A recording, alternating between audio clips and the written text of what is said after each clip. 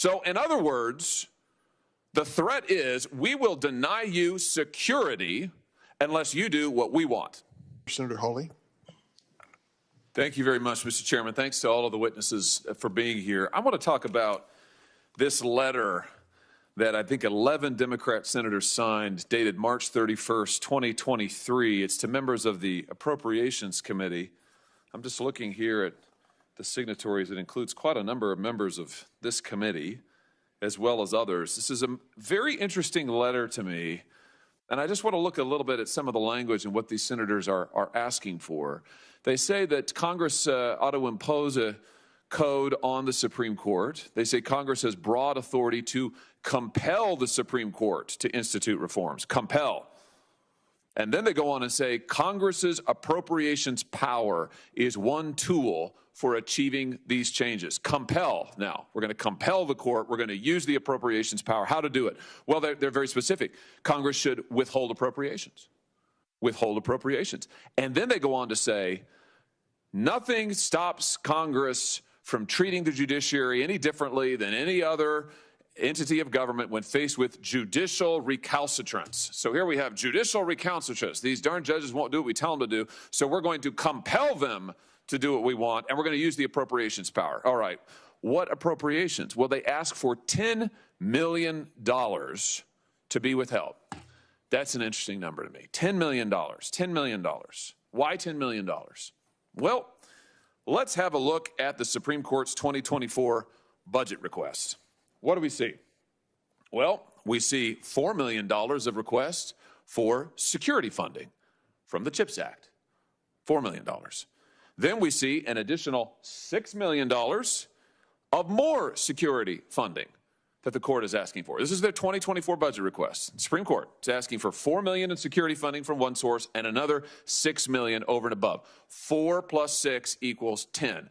$10 million of security funding that the court is specifically asking for this year in their budget request.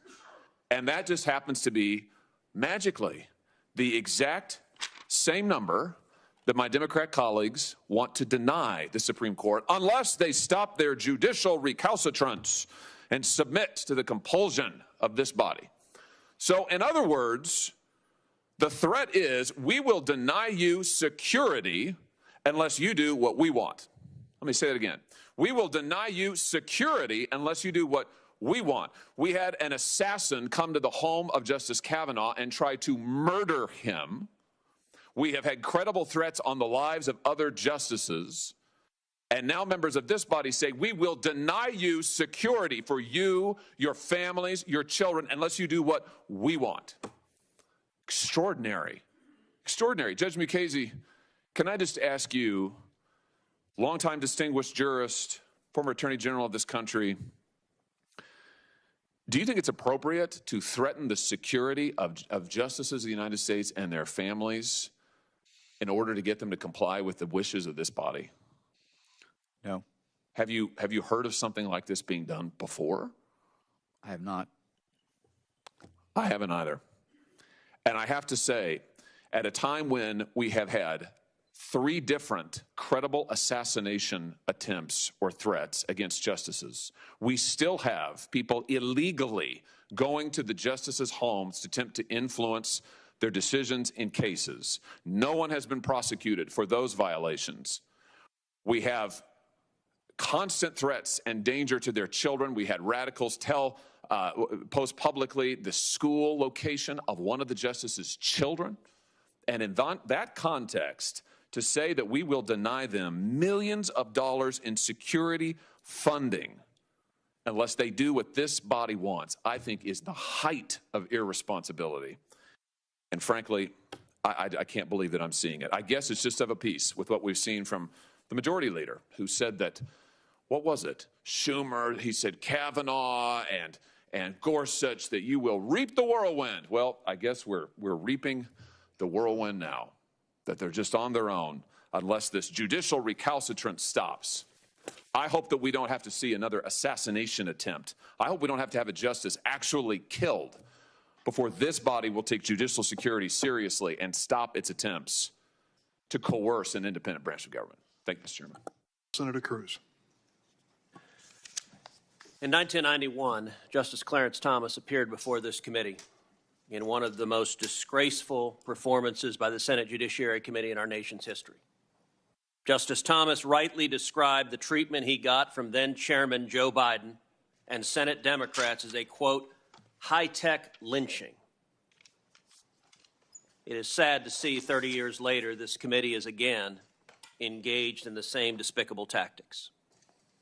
Senate Democrats and their lapdogs in the media are engaged in a twofold political campaign.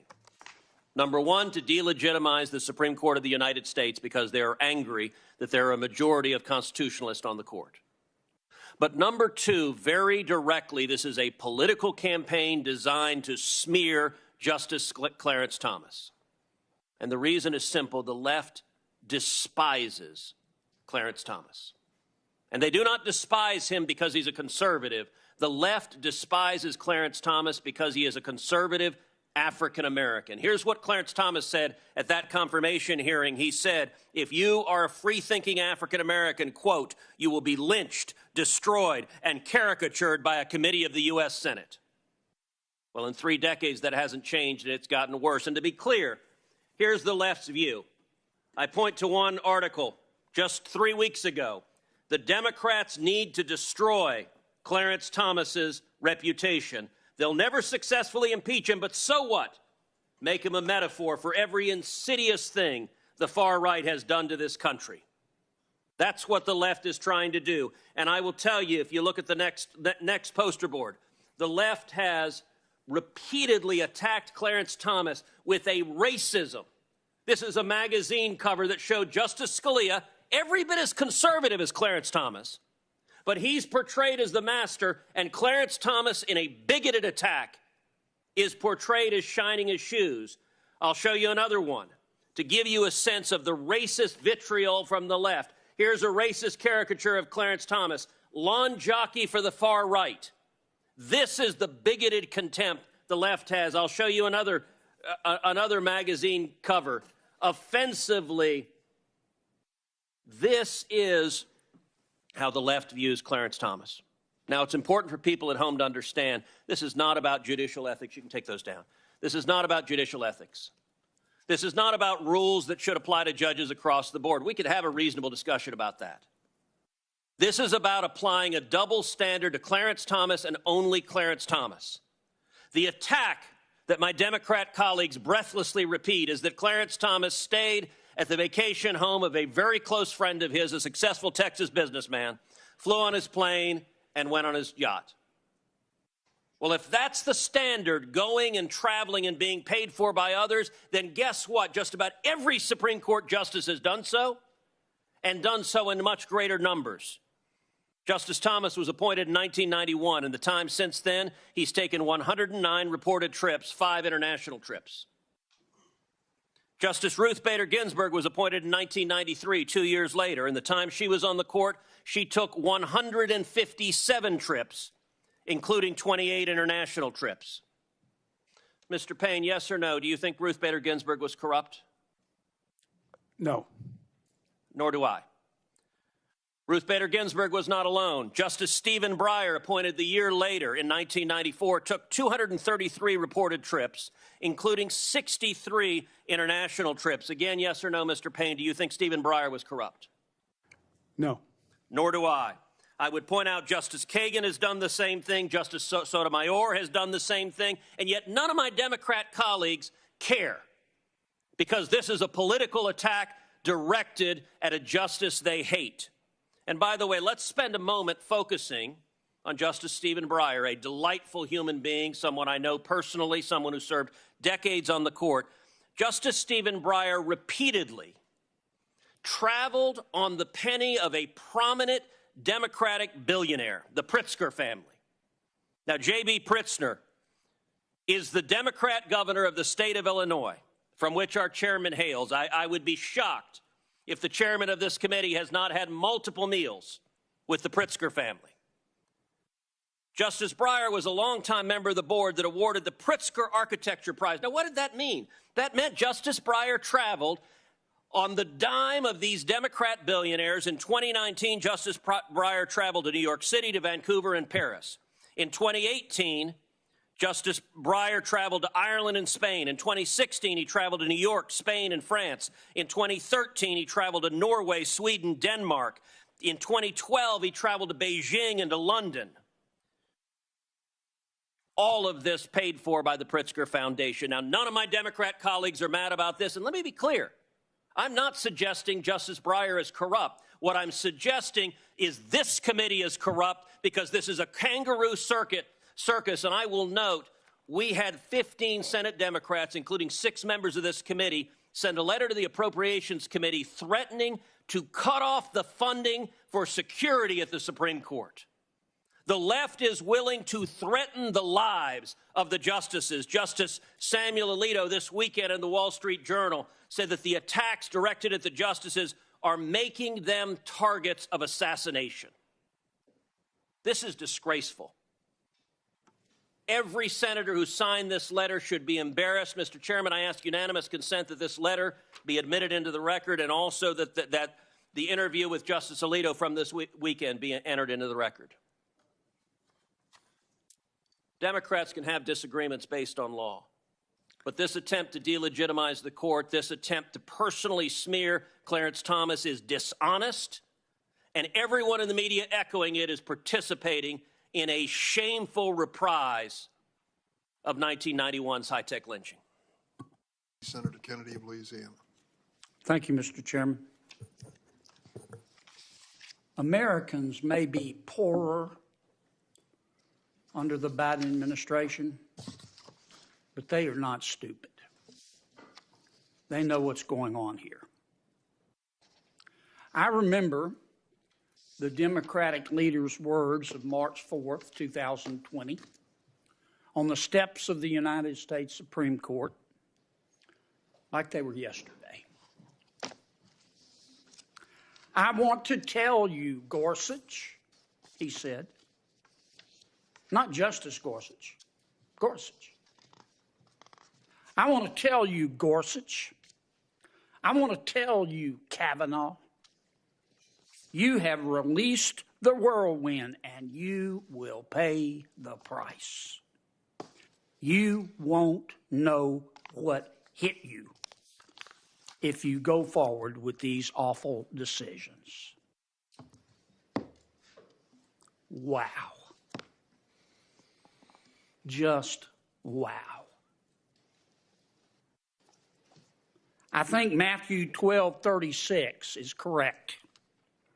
For by thy words you shall be justified, and by thy words you shall be condemned. Now, the sad truth is that some, not all, some of my Democratic colleagues have been on a crusade to undermine the United States Supreme Court's legitimacy and the credibility of the federal judiciary for years. Today's hearing is just the next chapter in their federal power grab, and they've invited cameras. It's worth remembering the very real persecution that some Democrats have levied on very good people. It started with the savage destruction of Professor and Judge Robert Bork, which even the Washington Post, for God's sakes, the Washington Post said was a case of sentencing first, verdict afterwards. In other words, they gave him a fair and impartial firing squad. Then we saw the high-tech lynching of Justice Clarence Thomas. Then, for the first time in history, they weaponized the filibuster to kill Mr. Miguel Estrada's nomination, and they also demonized Justice Janice Rogers Brown, a very fine person. When the United States Senate confirmed 3 new Supreme Court justices, which the loon wing of the Democratic Party loathed, the campaign of threats ratcheted up. You remember the shouts. Let's pack the court, they said. Let's pack the court. And the political threats of some of the highest officials in our government fueled physical threats against the justices, and we know that. You have released the whirlwind, the Democratic leader said. Incensed protesters took to the streets, not outside Congress, not outside the court, but outside the homes of Justice Roberts, Justice Kavanaugh, Justice Thomas, and Justice Barrett. Federal law prohibits this intimidation, but the Biden Justice Department allowed it. You will pay the price, the Democratic leader said. In that spirit, angry protesters publicized the location of the school that Justice Barrett's children attend. You won't know what hit you, the Democratic leader said. A man with a gun, ammunition, knife, pepper spray, and zip ties went to a justice's home to assassinate him. Actually, his stated goal was to murder 3 justices. Not so suddenly, the ends justified the means for activists. Even inside the court itself, the Dobbs decision was not leaked by a left-wing blogger. Why? That's worth asking. You don't need to be Einstein's cousin to figure it out. They aren't getting their way. They aren't getting their way, so they want to change the rules. But the Constitution isn't a game, folks. And now some Democrats want Congress to override the Supreme Court of the United States and apply rules to its justices. The constitutional separation of powers means that no branch of the federal government can dictate how another should govern itself. That's black letter law. Now, why? This is to protect the people from abuse. The framers insulated the federal judiciary from political control to ensure that the justices would decide cases impartially, without fear of the kind of retaliation that fills the pages of some, not all, but some left of Lenin Democrats' playbook. Do my colleagues want the United States Supreme Court to tell Congress how to police itself? Even if Congress wrote a code of ethics for the Supreme Court, the court could rightly rule that code is unconstitutional. None of the laws we make here trump the United States Constitution. What's more, some Democrats want to use the lower courts as a cudgel against the highest court in the land by giving circuit judges the power to rule on whether justices should recuse themselves. Consider the conflicts of interest and the confusion that that would breed. Unless you peaked in high school, you must know they will be breathtaking.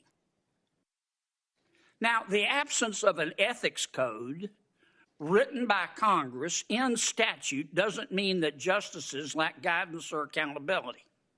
Justices and judges routinely consult the existing code of conduct, and federal law already requires recusal in certain circumstances like bias or financial interest. We all know that. The justices are also subject to strict financial disclosure rules, just like my colleagues here. Not only is this Democratic proposal unconstitutional, it is unnecessary. The attacks on conservative justices are targeted. They're exaggerated. The alarmism is affected. The danger isn't that rogue justices are operating without ethics. It's that Democrats aren't winning every fight and they find that reality intolerable. I've been disappointed by Supreme Court opinions too.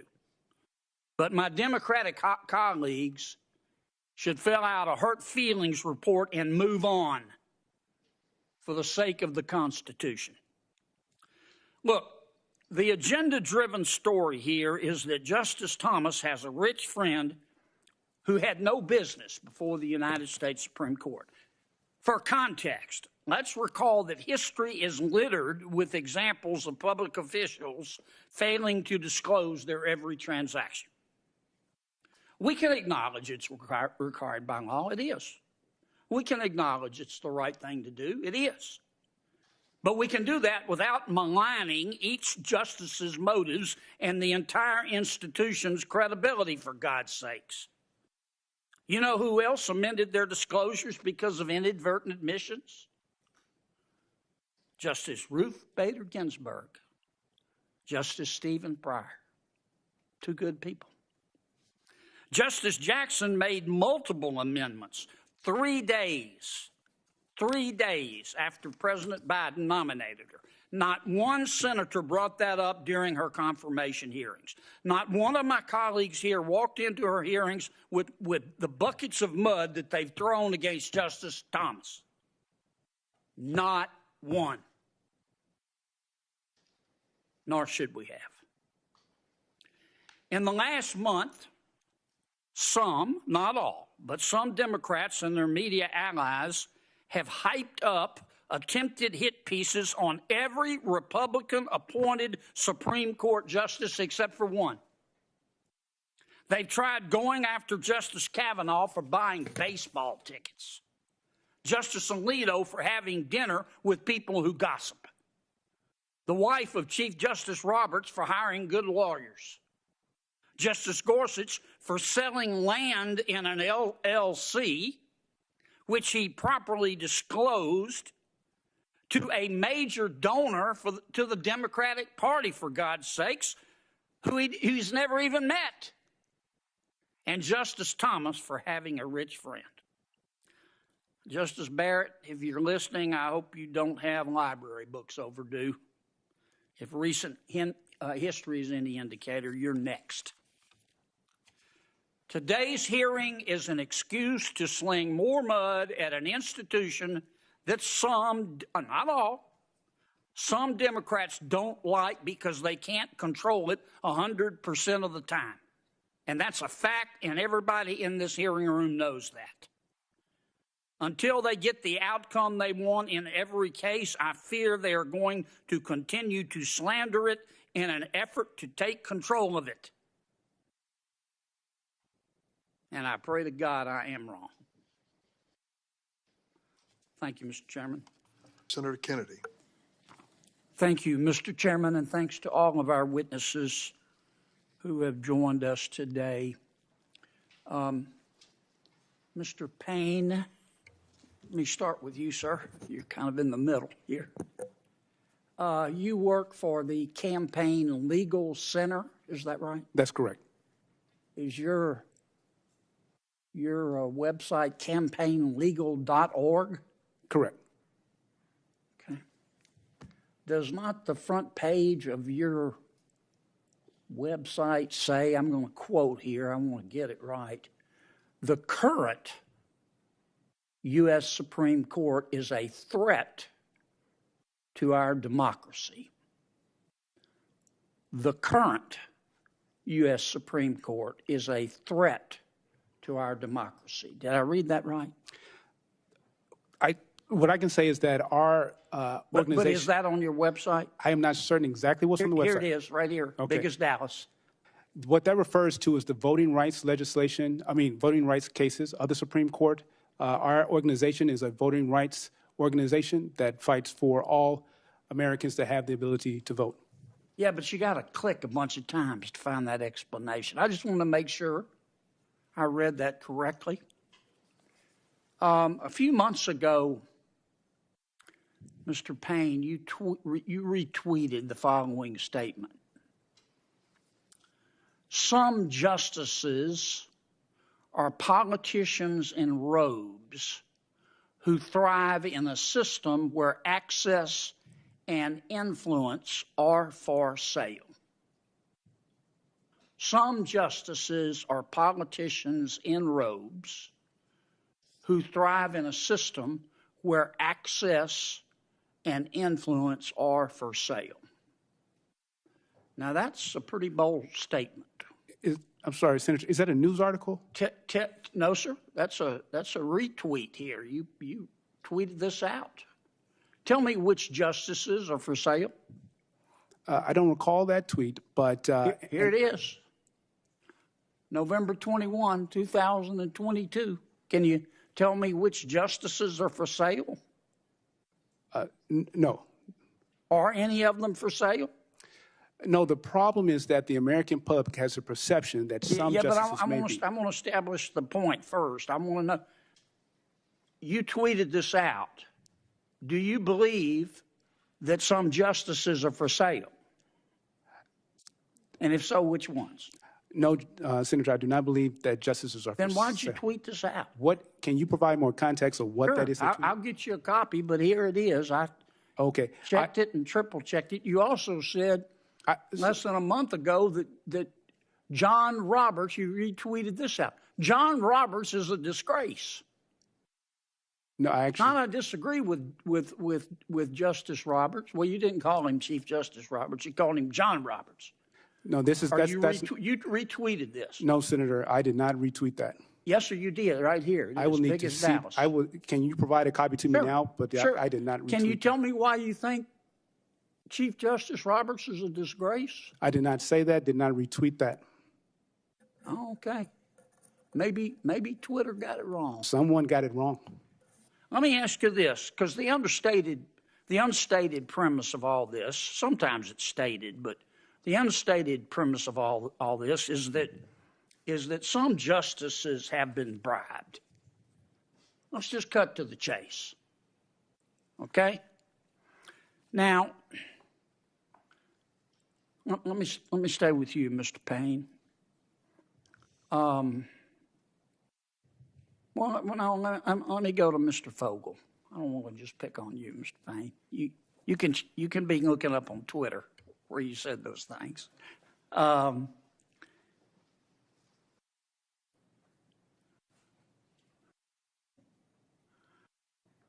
April 4th, 2019, the American Civil Liberties Union paid for Justice Sotomayor's trip to San Juan, Puerto Rico. You ever been to San Juan, Mr. Fogel? Is it expensive? I keep forgetting. Well, it depends when you go. Yeah. How much you think it costs to go down there? Depends whether you fly first class or economy. What if you fly first class? Oh, probably a couple $1,000s Okay. Yeah. The ACLU, do they have cases in front of the Supreme Court? all the time. They do, all the time? Sure. Do you think the ACLU was trying to bribe Justice Sotomayor? No, sir, I don't. I don't either.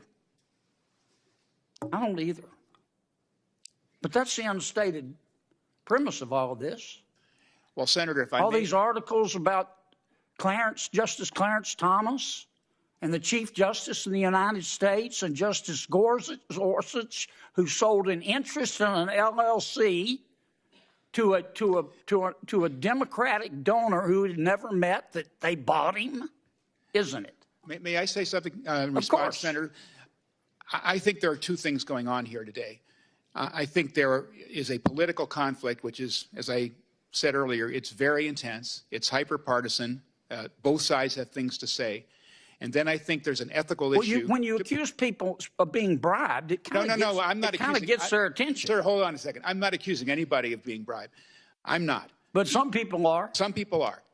The reason I'm here is I think that there is an ethical issue that, as Senator Graham said earlier, it would be good for the court to think about in terms of being more transparent. That is what I care about. That's the only thing I care about. There's a lot of political back and forth. It's very interesting. I'm very interested in it as a citizen of the United States. But I think the most useful thing that this or any other committee could do is think about how do we make our institutions. Well, how are you going to do that in the context, though, of one of our leaders, for whom I have great respect, going on the steps of the United States Supreme Court, telling two justices if they vote in a way he doesn't like, they will pay the price and reap the whirlwind. And you have another one of your witnesses here tweeting out stuff saying, quote, some justices are politicians in robes who thrive in a system where access and influence are for sale. Yep. He said they were bought like a sack of potatoes. Okay, I'm not going to comment on that, Senator. That's not anything I had anything to do with. So, Did I hear the gavel? Thank you. I Dan. hope. Thank you, Senator Kennedy.